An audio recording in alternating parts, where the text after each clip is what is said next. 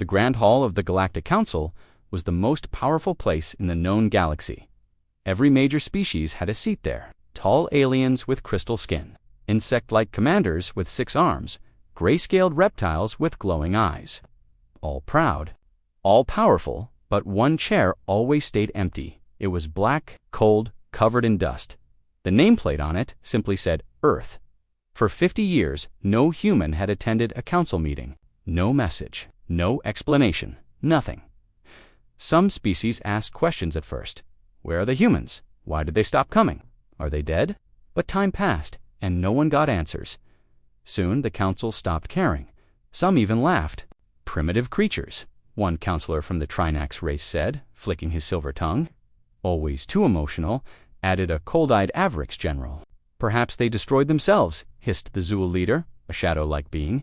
That would be fitting. Others agreed. Earth had once been promising, creative, bold, a bit too bold maybe. But nothing special anymore. The council erased Earth from its maps. Some thought the humans were hiding. Others believed they gave up. A few claimed they had never mattered at all, but no one expected what was coming. A strange signal high above council space, a small patrol ship floated near the edge of the neutral zone. Pilot Treg Voller, a lizard-like officer of the Sith Coalition, leaned back in his seat. It was a boring shift, just stars and silence. Suddenly his console beeped. Unidentified object detected, it said in a flat voice. Treg sat up. He tapped the controls. 1 dot, then 2, then 5, then dozens, all heading straight toward council territory. He tried to scan them, but the system failed. No data. Number ID no response. Treg frowned. Must be pirates, he muttered. But pirates didn't move in perfect formation. They didn't fly completely silent, and they didn't arrive in groups. Of 50 warships, Treg sent a warning to the command base. No. Reply. His ship flickered. Lights dimmed. Systems rebooted. He looked at the radar. Now there were hundreds of dots. Inside the council back at the council hall. The councilors were arguing again, this time about trade rights and territory disputes. They didn't notice the quiet buzzing of alerts in the background. Or maybe they ignored it, until a tall, bird-like assistant ran in. "Honored councilors," she cried. "We have a situation." The room hushed. A large screen lowered from the ceiling.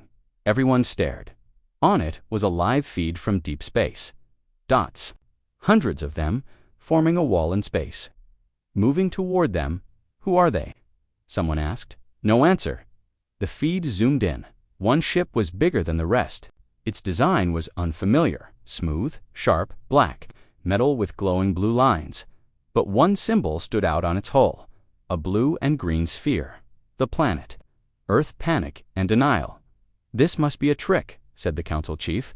"Earth doesn't have this kind of power." "Old records said humans were barely level to tech," said another.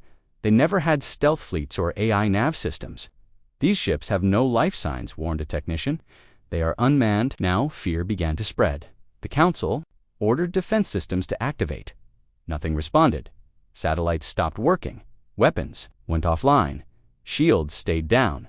Everything was dead. It was as if someone had already been inside their systems. A silent message. The entire council watched as the ships entered their space. No shots fired, no words spoken, just silence, until every screen in the hall suddenly turned black. Then a deep, calm voice spoke. "You mocked our silence. You erased our seat. You thought we were gone. This is your first warning."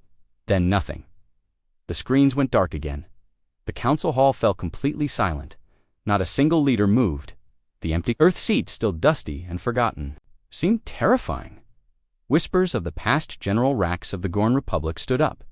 He had fought humans before. Long ago, when they were new to the galaxy. "They don't bluff," he said. "If they came back, they came ready." Another counselor, a machine being named Unit 14, processed the events quietly. "This display of power was deliberate," Unit 14 said. "They disabled us without damage. That is strategy, not emotion." The council was divided. Some wanted to prepare for war. Others wanted to send messages of peace. Some wanted to hide. A week passed since the council saw the human fleet. No one had attacked. No one had responded. No one understood anything. But the fear never left. The 1,000 human ships stayed there motionless, just outside the major council worlds, not moving, not speaking. Every day, more council leaders held secret meetings. The question on everyone's mind was the same. What does Earth want? But Earth said nothing. Fear spreads like fire in the outer colonies. Citizens panicked, shops closed. People rushed to leave planets. Military ships were ordered to hide in deep space. The human ships didn't follow anyone. They didn't block trade routes. They just watched. But that was what made it worse. Why are they just ... hovering? Asked the supreme diplomat of Zinther. They want to scare us, someone replied. No, said another. They want us to wonder. And it worked. Every species in the council began to guess. Were the humans back for revenge? Did they want control? Were they planning to attack without warning? No one had answers. One brave ship in a quiet system on the council's edge, a patrol ship named Vera 9, decided to approach one of the human ships. Captain Vel Tok, a three-eyed war veteran, led the mission. He believed the humans wouldn't fire on a small ship. We need information, he said. Let's go close. Maybe we can scan them. The ship moved toward the closest human destroyer. It was large, dark, made of strange metal that didn't match any known elements. No lights, no windows, no movement, just silence. Vera 9 launched a scanner pulse for 1 second. Nothing happened. Then the human ship turned, slowly, quietly, its front pointed directly at Vera 9. A red light blinked once, then all of Vera 9's systems shut. Down. Life support failed, weapons offline, engines dead.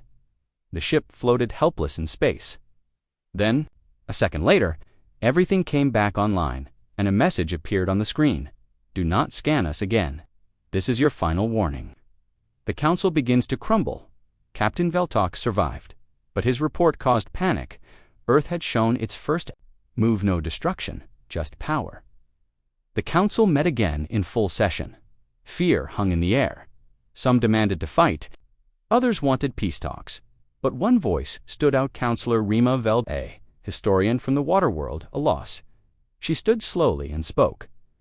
50 years ago, we laughed when Earth left. We didn't ask why. We didn't care. Now, they've returned, stronger than anyone expected. Maybe we should stop guessing and start listening. Many agreed, but others were still proud. We are the council, roared the Zool leader. No one threatens us, not even Earth. The shadows multiply over the next 2 days. More human ships arrived, not warships this time, dark, triangular crafts, silent, invisible to radar. They positioned themselves above council military bases and communication hubs. Satellites failed across several worlds. Digital systems were infected by strange code that couldn't be removed. One by one, council defenses became useless. And still, no attack, only silence. Only the shadow of something bigger. A secret from the past inside, a forgotten archive on the old council capital. A young alien researcher named Kelotharn made a discovery. He found a human transmission dated 52 years ago. A final message from Earth never shown to the council. It said, "We do not agree with your laws. We do not trust your promises. We will not return until you remember who we are." It had been deleted by the council command long ago. Now Kello shared it with a few leaders. Their faces turned pale. "We betrayed them," one whispered, "and now they've come back with a message of their own." The sky darkens that night, across 47 council planets. Something terrifying happened.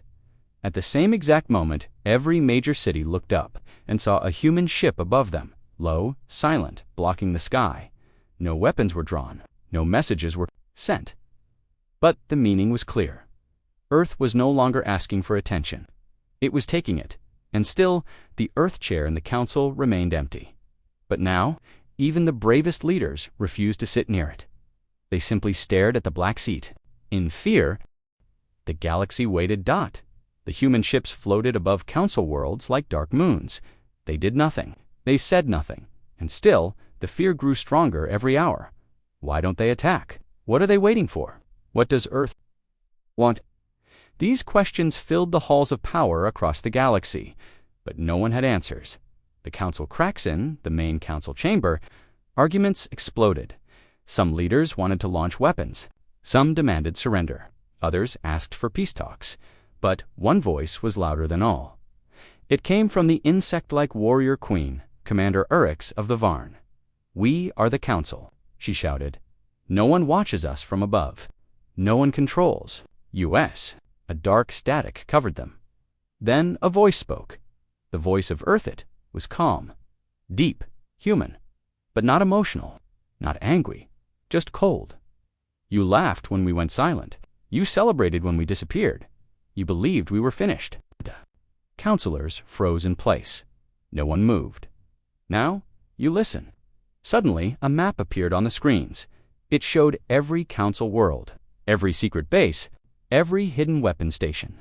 Each one had a red dot on it, then a line of text appeared. "We could destroy you, but we won't, not yet." The old mistake inside the council's private vault. A historian named Kello Tharn stood with Counselor Rima Vel. They watched the message in silence. "Earth is not attacking," Rima whispered. "They're teaching what Kello asked, that they never forgot." Rima remembered something else. Long ago, Earth had asked to stop. Council experiments on primitive species, the Council ignored them. Then, Earth asked for technology limits. The Council refused. Earth warned them once more. Then they left. The message spreads across thousands of planets. The same message played. "We watched as you broke your own laws. We waited while you used your power to hurt the weak." Now, the silence ends. On one farming world, the people cried. On a war world, the soldiers dropped their weapons. Even in the Council's military command, generals looked at each other in fear. They knew what this meant. This was not war. This was judgment. The broken generals, one of the highest-ranking commanders, General Vark, tried to send a fleet to fight back. His ships vanished the moment they left the planet. No explosion, no crash, just ... gone. Then a new message appeared on his command screen. "General Vark, this is your one free mistake. You won't get another." Vark fell to his knees. His second-in-command quietly locked all weapons and ordered a full retreat. Translator speaks. Finally, a signal was received from the largest human ship, orbiting above the Council capital. A female voice, soft but firm, spoke. "We are not your enemy. We are your reminder. You built this Council on lies and fear. Now you answer for it." Counselor Rima stepped forward. "What do you want from us?" she asked aloud, though the message was pre-recorded.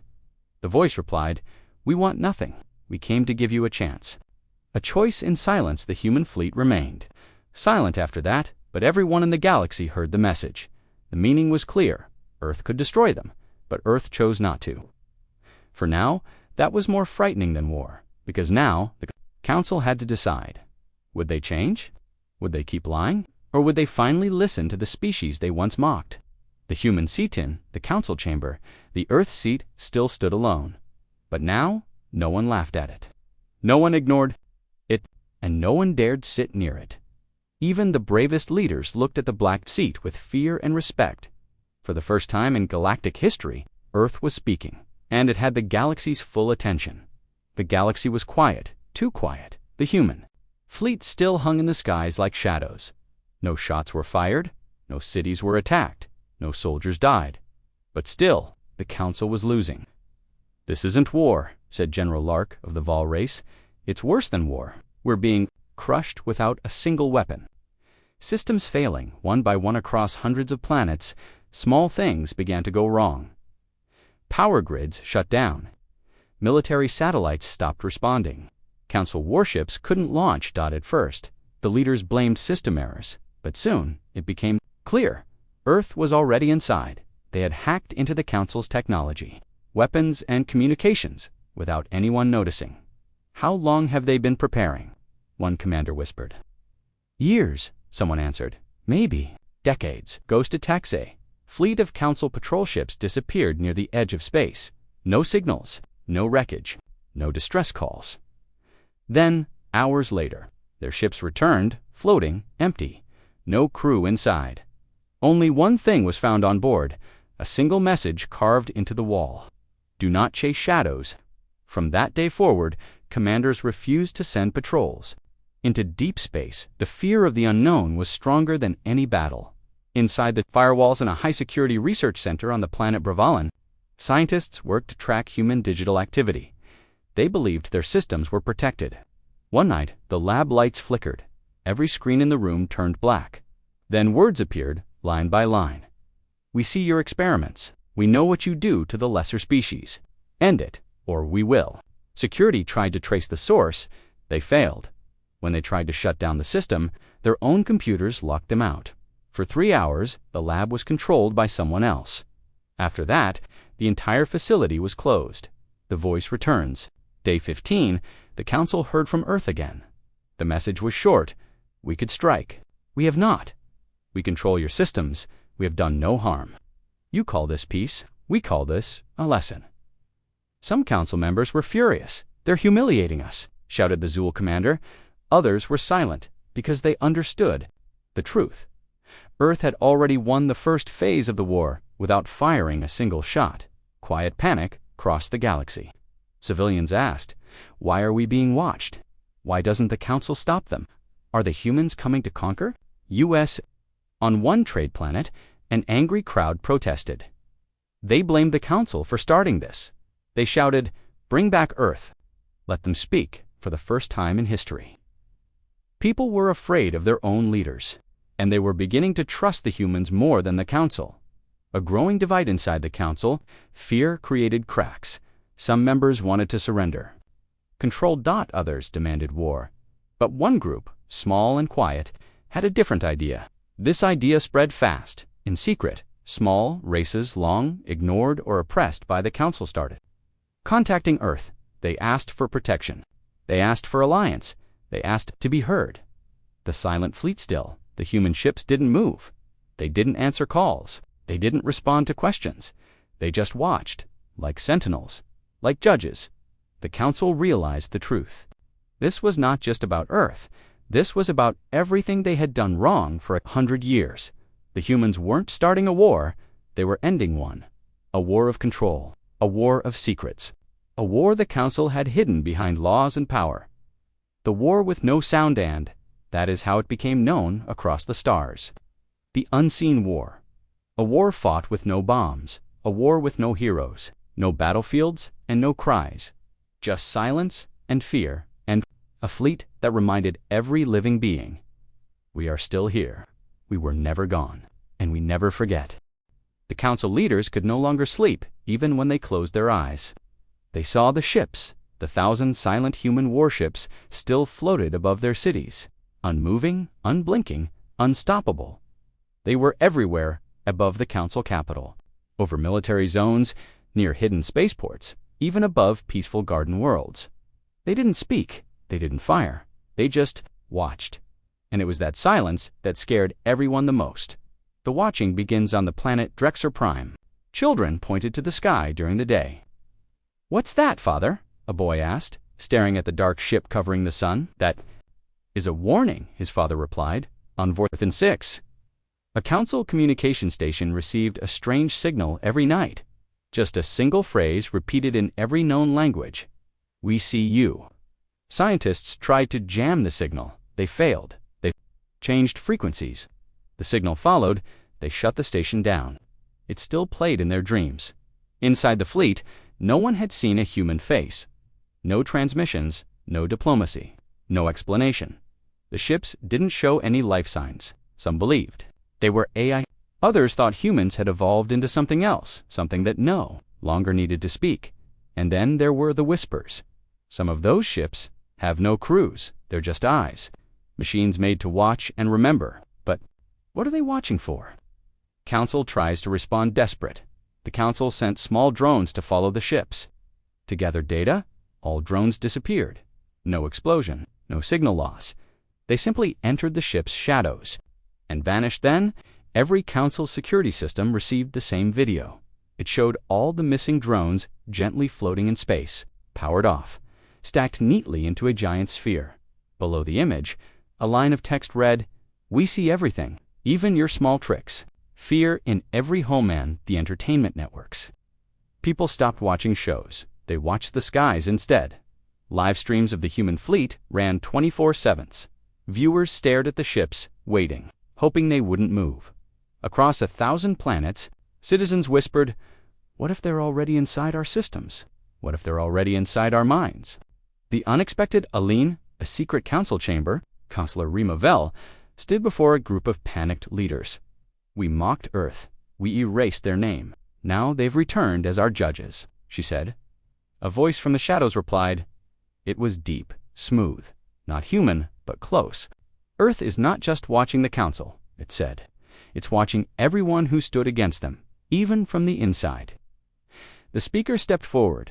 It was Ambassador Grolthwance, a powerful voice in the council. "I warned you. All you didn't listen, so I sent them the truth years ago." Gasps filled the room. "You betrayed us," a leader shouted. "No," Grolth replied.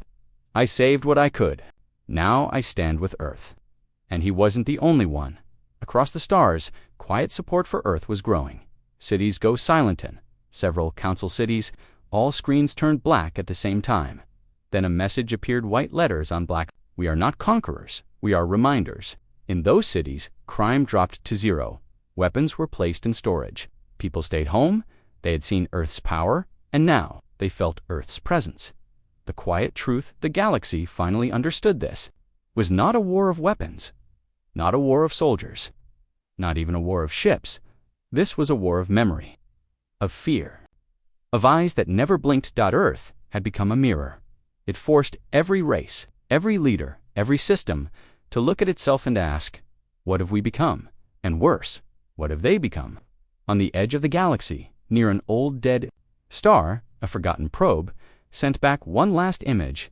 It showed a human ship, but this one was different. It had no engines, no weapons, no bridge. It was just a giant eye floating in the dark dot, watching the probe. Sent one final message before it went silent.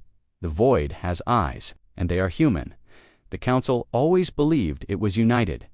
Hundreds of races, thousands of voices, one government, but Earth's return broke that lie apart. The silence of the human fleet didn't just scare the council, it shook its foundation. And now, deep inside the council's core, cracks were forming. The secret meetings on a cold, quiet moon called Kelverin. A group of leaders met in secret. They were not loyal to the council anymore.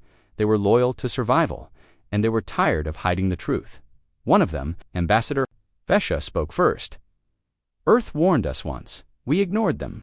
Now they hold the galaxy in their hands." Another, a silver-scaled diplomat named Thaljor, whispered, "We knew the council was corrupt. We helped them lie. We helped them silence Earth." Silence fell, no one denied it, because it was true. The first message to Earth that same night. A coded signal was sent toward the human fleet.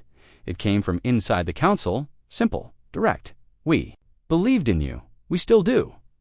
Not all of us chose silence. We are ready to stand beside you if you still want us." The council never found out who sent it, but Earth did, and they answered, not with words, but with a single ship. Sent to Kelverin, the human visitor, the ship landed without sound. No weapons appeared, only a ramp opened from the shadows. A human stepped out. He wore a black suit, no armor, no guards, but his presence was heavy, like gravity.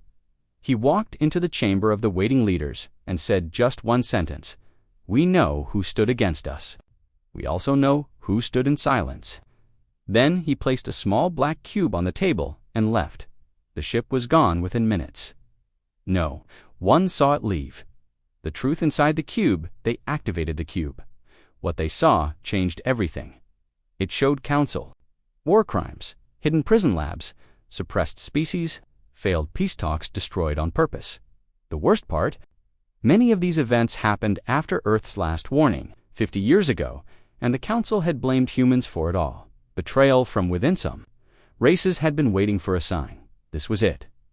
On 3 different council worlds, flags were lowered. Statues of council founders were removed. New messages spread on screens. "We do not follow liars. We follow truth." These worlds declared neutrality from the council, but behind closed doors, they shared tech. With humans, the council strikes back. The council strikes back. The council found out. They were furious. They called these actions treason. They sent warships to threaten the defectors.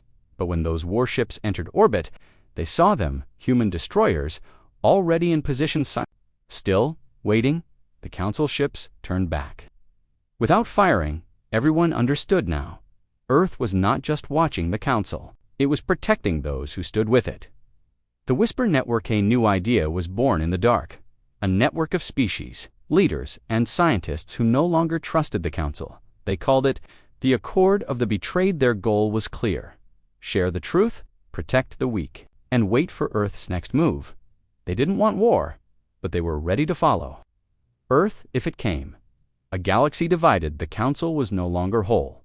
Some members stayed loyal, some went silent, and others, they now looked to Earth not as an enemy but as a leader. In 50 years of silence, Earth had not vanished. It had watched, it had prepared, and now it had allies. The Council had lost control. Some worlds had turned neutral. Some had joined Earth in secret, and others sat in fear watching the sky. Above every major planet, human ships still hovered silently, massive and untouchable. For weeks, no new messages came until one day they did. The broadcast across every screen, every ship, every device in Council space words appeared. No faces, no sound, just plain, powerful text. "We have watched enough. You will listen now." Then came Earth's voice. It was deep, calm, not angry, not kind, just final. This galaxy belongs to no empire, no council, no throne. It belongs to the living, to the free, to those who protect, not control. You have ruled through fear that ends now.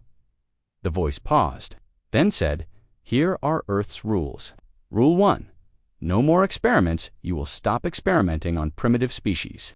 You will stop hiding your crimes behind research. Every life matters, even those without ships." Instantly, on 5 Council science worlds, labs went dark, doors locked, files deleted. The humans had already shut them down from orbit.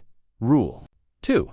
Freedom of knowledge. You will stop controlling knowledge. Technology will be shared equally. No more secrets. No more banned inventions. Progress belongs to everyone. Soon after, encrypted Council databases were unlocked across the galaxy. Old tech, lost energy designs, hidden medical cures. People rejoiced, and the Council panicked. Rule 3. No forced rule. No world shall be ruled without its people's voice. Governments built on control will collapse peacefully or completely. Within hours, protests began on 10 planets. Banners read, "We choose Earth's law. We want justice, not control." The Council tried to stop the broadcasts. It was too late. Earth's new position that day, the black Earth seat in the Council chamber, no longer looked empty, because every leader imagined someone sitting there watching them, holding the rules. Now, Earth didn't ask for votes. Earth gave orders, and the galaxy began to obey. The reaction, some called it a new age of peace. Others called it a quiet invasion. But no one denied the truth. Earth had set rules, and no one dared break them. Even warlords on distant moons bowed their heads. One defiance on a Council colony called Meraxis. A regional commander refused to follow the rules. He ordered an attack on a local rebel village. Within 60 seconds, his base lost all power. Security systems turned against his soldiers. His own ships locked him inside the command room. Then, the screens turned on. A human face appeared, calm, expressionless. The man said, "You broke Rule 3. This was your warning. There will not be another." Then the screen shut off, and so did the base. Forever Earth does not rule, but Earth didn't take planets. It didn't ask for tribute. It didn't claim territory. It didn't want to rule the galaxy. It wanted to protect it from itself. That was the most terrifying part.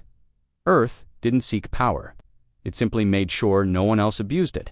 And in that silence, in that quiet control, Earth became more powerful than any empire. The galaxy challenges new. Alliances were formed. Peace treaties once denied were signed. Old enemies sat at the same tables for the first time in centuries. Under Earth's silent watch, everyone began asking one question: what comes next? For centuries, the Galactic Council had ruled like gods. Their word was law. Their power was unchallenged. Their enemies disappeared in silence. But now, they were the ones afraid, not of weapons, not of war, but of Earth's silence, because silence meant Earth was watching, and judging. The meeting of desperation in the heart of the Council's main station. The most powerful leaders gathered in secret. 12 species. 12 voices, once full of pride, now they argued like frightened children. Earth is out of control. One shouted, "No." Another whispered, "We are." They had lost control of half the galaxy worlds, no longer followed their orders. Armies refused to fight. People wore human symbols in the streets not out of fear. But hope. The plan to strike one council member, grand strategist Ovolex, made a bold offer. Earth is strong because we let them grow. We must remind the galaxy who the true rulers are. He proposed a secret weapon, something hidden deep beneath council space. A machine built long ago, never used, the Starfire protocol. It could wipe out entire fleets in one strike, even Earth's armada. The saboteur, but they were not alone. A council officer, General Threx, had joined the meeting. What no one knew, he no longer served the council. He served the Accord of the betrayed the secret network, allied with Earth. As the council planned war, Threx sent a short message from his wrist console. They're preparing the Starfire weapon. Earth responded instantly. The sky turns black 3 days later, just as the council's superweapon powered up. The skies above the council's capital turned black. Not from clouds, from ships, human ships. Thousands of them, no attack, no sound. Just presence, hovering like a silent warning. The voice of Earth. Then came the voice again, broadcast on every frequency, every device, every mind. This is your final meeting. You chose secrets, you chose power, you chose war, we chose peace, we chose justice. Now, the galaxy will choose its future without you. The Council tries to fight foolishly. They activated the Starfire weapon, but it failed. It didn't explode. It simply stopped, and every screen lit up again. We disabled it 12 years ago. Panic spread. Leaders ran. Guards dropped their weapons. Across the galaxy, Council stations shut down. Doors locked from the outside. Their power was gone. The uprising on hundreds of planets. People rose up. Flags were torn down. Prisons were opened. Truth was spoken loudly. Finally, the galaxy was tired of lies, and now Earth gave them the courage to speak. Not by ruling them, but by standing beside them. The Council had fallen. Its flags were gone. Its power shattered across the galaxy. Peace began to grow, but peace never lasts forever. Far beyond Council space, in the dead corners of the galaxy, something had been waiting. Whispers in the dark for years. Even before Earth's return, the Council had kept a secret. They feared it. They hid it. They lied about it. A race so ancient it predated the stars. A force so dangerous, the Council never spoke its name aloud. It was called the Hollow. They were not aliens. They were voids in the shape of life. Living machines, made from pure silence. The signal of the destruction of the Council sent a ripple across the stars, and in the farthest dark systems, that ripple woke something up. Earth was the first to detect it. A signal, a pattern, not language, but hunger. It came from a place no map marked. A system with no light, no sound. Only emptiness. Earth had feared this moment, and they were ready. The last meeting, a secret Earth fleet met in orbit over Titan. General's AI minds. Soldiers from dozens of species now allied with Earth. The reports were clear. The Hollow are moving. They consume energy, memory, and even thought. They are not here to rule. They are here to erase. Earth's commander, General Wren, stood before the room. She spoke only one sentence. Then we stop them before they erase everything. First contact. A scout ship was sent. Small, fast, human built. It never returned, but it sent one final transmission. A video. The footage showed a dead planet. No light, no air, and floating above it, a hollow dread form. It looked like a black mirror with wings stretching miles wide. It did not move. It did not speak. But the message was clear. It was watching, and it had seen Earth. Earth's answer this time. Earth did not send warnings. No broadcasts, no rules, no second chances. Instead, they prepared for war. But not alone, across hundreds of worlds. New allies answered the call. Species once enemies now stood side by side. They remembered Earth's help, Earth's defense, Earth's silent promise: we protect the galaxy. Well, of it, and now they would protect it together. They came from the dark, the hollow, no ships, no flags, no warning, just silence. And in that silence, galaxies had died before, but this time they met the line. A wall of fire, a line of steel, a shield made of human will, the last defense of life, the great stand-in, the cold space between galaxies. Earth had drawn a line, a defense line made of human battleships, alien allies, planet-sized AI defense systems, and the minds of old warriors who remembered pain above the black void. 10,000 ships waited. They were not here to speak. They were here to end what should never have lived. The hollow began, the hollow did not speak. They consumed stars, turned moons into dust, and erased memories with strange waves. When they reached the line, they did not slow down. They believed nothing could stop them, but they had never faced Earth at full strength. The battle without sound, the fight began in silence. Lasers, plasma, missiles all lit up the void. Ships exploded like stars. Alliances fell, but the line did not break. Earth's fleets took damage. Whole squadrons were lost, but no ship ran. No pilot turned back, because every human on the line knew, if they fall, the galaxy falls. To fade, the old Earth protocol activated. A weapon created in secret, too powerful to ever use them lest the end had come. It was not a bomb. It was memory, a weapon that reminded even the hollow what fear felt like. Every hollow ship slowed. Some twisted, some broke apart, some screamed dot, and that's when Earth pushed forward. Humanity crosses the void. Now Earth didn't wait. They crossed the line, into the hollow's own realm. Into darkness no species had entered, and they brought light. Didn't go to destroy, they went to show the hollow what they never understood. Life fights back, even in silence. Even in fear, it fights. The final message, one last message, echoed across the stars. To all who watched, to all who hid, this is humanity's answer. We will not be erased, not by lies, not by fear, not by darkness. And with that, the hollow were gone. Wiped from the stars like smoke and sunlight. After the war, the galaxy stood quiet, not in fear, but in peace. Worlds began to rebuild. Species who once fought now shared. Children grew up hearing stories, not of war, but of unity. And in every story, one name remained: Earth, not as rulers, not as conquerors, but as the ones who stood the line and never stepped back.